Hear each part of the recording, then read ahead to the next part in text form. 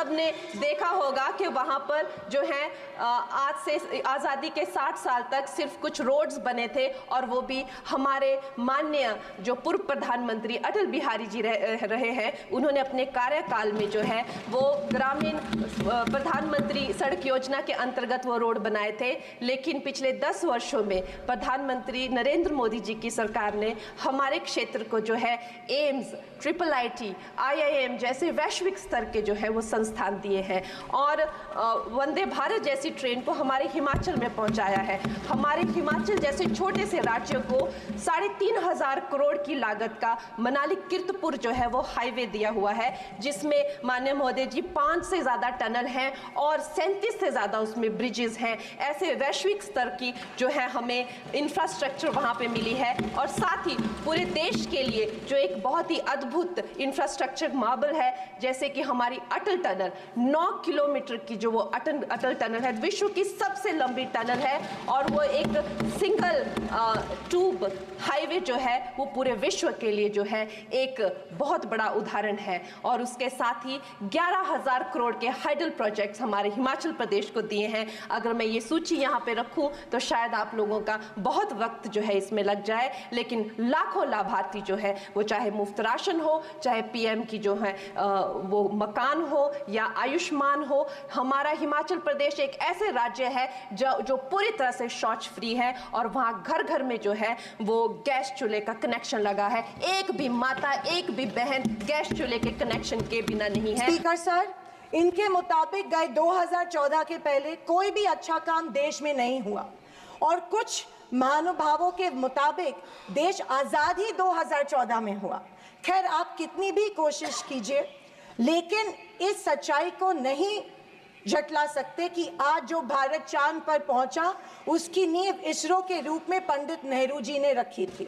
2014 से बीजेपी अपने झूठे प्रोपेगेंडा से कांग्रेस की लेगेसी को मिटाने की पुरजोर कोशिश कर रही है, पर इनकी लाखों नॉन बायोलॉजिकल कोशिश के बावजूद दुनिया इस देश को नेहरू गांधी का देश ही मानेगी।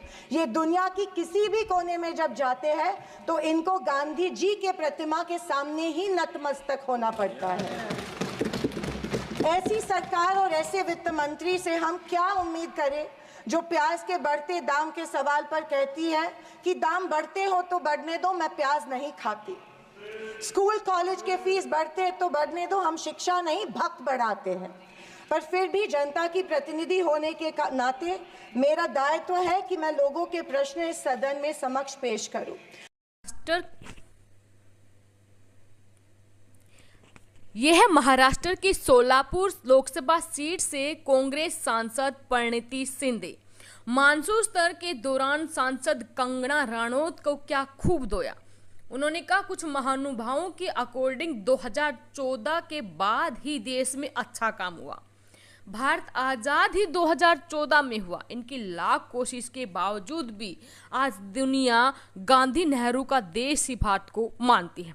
नमस्कार दोस्तों, एक बार फिर से स्वागत करते हैं आप सभी का हमारे YouTube चैनल पर। दोस्तों, संसद में कंगना राणौत बढ़ चढ़कर मोदी सरकार की व्याख्या कर रही थी। इसी बीच कांग्रेस सांसद परिणीति शिंदे का एक भाषण सामने आया, जिसमें उन्होंने कहा कि बीजेपी के लोग जब दुनिया के किसी भी कोने में जाते हैं तो इनको महात्मा गांधी की प्रतिमा के सामने नतमस्तक होना पड़ता है। उन्होंने कहा कि बीजेपी के मुताबिक 2014 के पहले कोई भी अच्छा काम देश में नहीं हुआ। कुछ महानुभावों के मुताबिक तो देश आजाद ही 2014 में हुआ। खैर, आप कितनी भी कोशिश कीजिए, लेकिन इस सच्चाई को कोई टाल नहीं सकता। आज जो भारत चांद पर पहुंचा उसकी नींव इसरो के रूप में पंडित नेहरू ने ही रखी थी। यही नहीं, परिणीति शिंदे ने वित्त मंत्री निर्मला सीतारमण को भी बजट पर घेरा। बजट पर हमला बोलते हुए निर्मला सीतारमण से उन्होंने कहा कि ऐसी सरकार और ऐसी वित्त मंत्री से हम उम्मीद ही क्या करें जो प्याज के दाम बढ़ते पर सवाल कहती है कि दाम बढ़ते हों तो बढ़ने दो, मैं प्याज नहीं कहती। ऐसे में स्कूल कॉलेज की फीस बढ़ती है तो बढ़ने दो, हम शिक्षा नहीं भगत बढ़ाते हैं।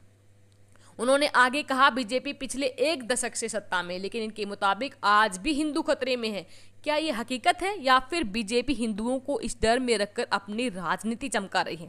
आप बताएं, जो संस्कृति हजारों साल गुलामी की जंजीर में जकड़ी पड़ी रहने के बावजूद जिंदा है, वो खतरे में कैसे आ सकती है? परिणीति ने कहा कि बीजेपी और उनकी नीतियों की वजह से ही हिंदू खतरे में है। आपका इसके बारे में क्या कहना है? सांसद का भाषण आपको कैसा लगा?